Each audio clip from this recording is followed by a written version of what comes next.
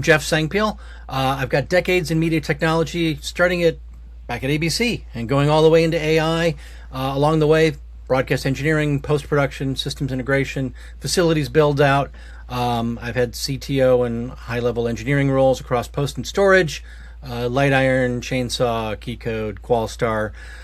Today, I'm working as a consultant and fractional CTO, as the post doctor. It's vendor neutral, focused on production, post infrastructure, live storage, asset management, expanding markets, and workflow integration. I've been involved with SIMPTE, HBA, SBE. I also publish and podcast under the Post Doctor. And so I'm Evan Sandstrand. I'm the founder and principal at Varda Media Solutions. And Varda is a new, small, but growing little boutique operation consulting outfit. We're also a solution reseller and a solution builder as opposed to a traditional systems integrator.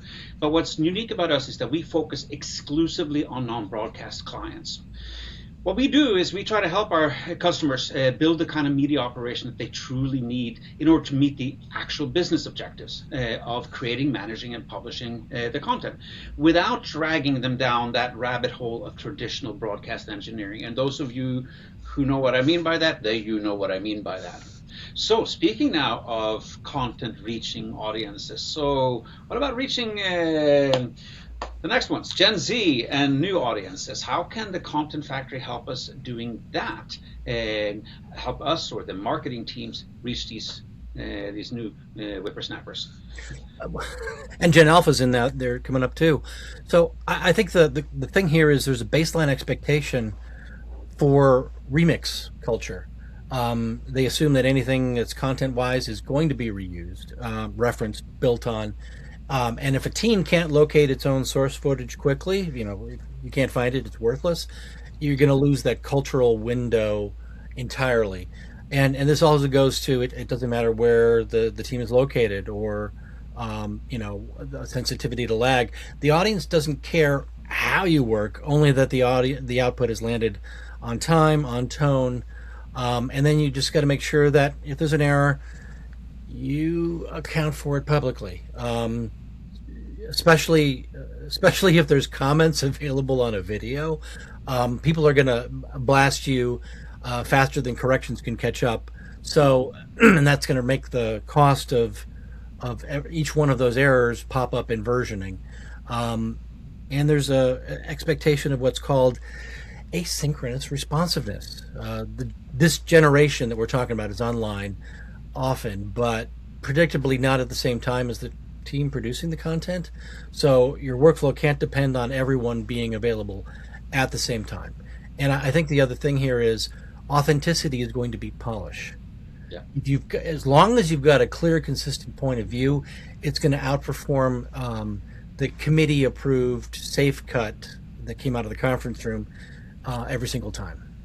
Yeah, no, I think that last point is crucial, and my conversations with my own whippersnappers confirms it. And going back to a little bit to what we talked in the earlier segment about AI, it may look good technically, but the moment some of these audiences detect that, hey, this was actually machine generated, they just dismiss everything. And it hurts your brand, and it hurts that message conveyance.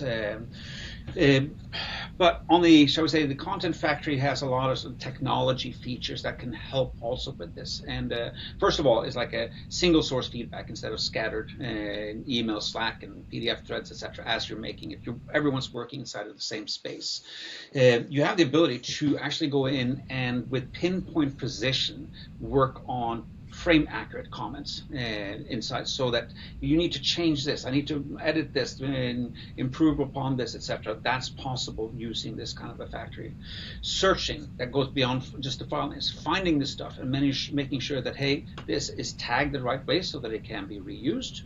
Version control you mentioned, being able to work in a browser from anywhere, preferably with no VPN or those kinds of things. They tend to create problems.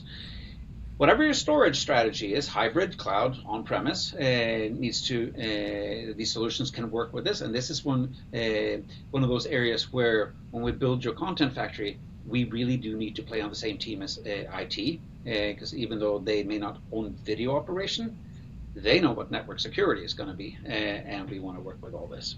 And then permissions, making sure people only have access to what they need to, audit trail so you can track, automating handoffs between people, and so forth. There's a lot of different sort of feature points of a content factory that perhaps a lot of corporate video operations today are not familiar with because they work in unsuitable tools.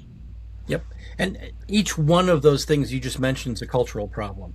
Mm-hmm. Each one of the fixes is an infrastructure answer. That's the whole thesis of what we're talking about here. There's ways to fix with technology the cultural and other problems inside of an organization's video stack. That's why we're here. So, in a time when fake information and AI generated slop are everywhere, how is a content factory going to help this out? Protecting the brand is of ultimate importance to any kind of corporation or organization. Without a trusted brand, your business is at risk. That's just a fact of life, fact of doing business today. And the only way to this is a little bit of a social commentary, I suppose, but the only real way to combat viewer fatigue is to create authentic content. And it's like we can't combat it by creating more fake content. The incoming generations tell us that, all research tells us that, and the fact that one guy can sit and AI generate 600 books and have them published on Amazon in a few months means that we can't keep up with that. So this content that you're generating needs to be verified as to coming from an authentic source, like locked down, understood. There's an initiative out there. It's an industry-wide project with all the big players, Meta, Microsoft, Google, and a whole bunch of others, and then a whole bunch of other smaller tech manufacturers, publishers, etc. And they have developed together something they call C2PA, the Coalition for Content Provenance and Authenticity.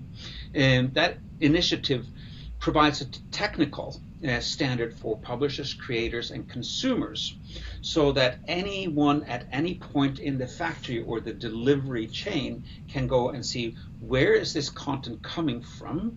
Is it generated by an AI source or a reputable source, for instance, a company, a newspaper, or even see what camera it's coming from?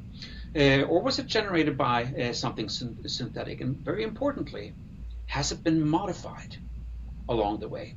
And there are clever little mechanisms that will flag it in the video player that are being used, so that you can actually see that, hey, this has an issue. Hopefully this will help. But we need to train the next generation to use and appreciate this as well. But at the moment, it is the best initiative that's out there. It's not without its challenges, but it definitely is something I have a lot of hopes for. And the Content Factory needs to support this from the intake point to the delivery point. Anything that's under its purview, the Content Factory needs to support that C2PA standard. Yep, and that C2PA credential follows it all the way through. And if the supply chain gets to a point where, oh, we're going to transcode this to XYZ format because we need that, and you lose that credential, it's no longer linked, you know that the provenance on the shot is there, but everything after that point, you've got no data on. So it's important to design the workflow properly to make sure that the fragile metadata doesn't get lost or trampled on in the process. It's not really a standards process. And, this entire brand protection with authenticity and provenance is going to matter more and more as we go forward. And the Content Factory is going to need those tools and processes that are going to support it end to end, like you were saying.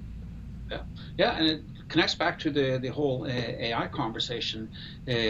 Provenance, being able to prove where your stuff is, that your stuff is real, is actually the thing that is going to let you use AI in certain things, because you have the chance now to tell people, hey, you know what, I did fill in an artificial background behind the CEO because he stood on an office wall, etc. But otherwise, Everything else is authentic, and you can see that from these certificates that follow that. And in the coming episodes, we'll be bringing some manufacturers and some integrators in. Let's show what we're talking about rather than just describing it. Please hit those like and subscribe buttons. And if you've got questions about the concepts around this, please hit us up in the comments, and both of us will have our contact information popping up shortly. And we look forward to hearing from you. Thanks for joining us here today. Thank you very much, everyone.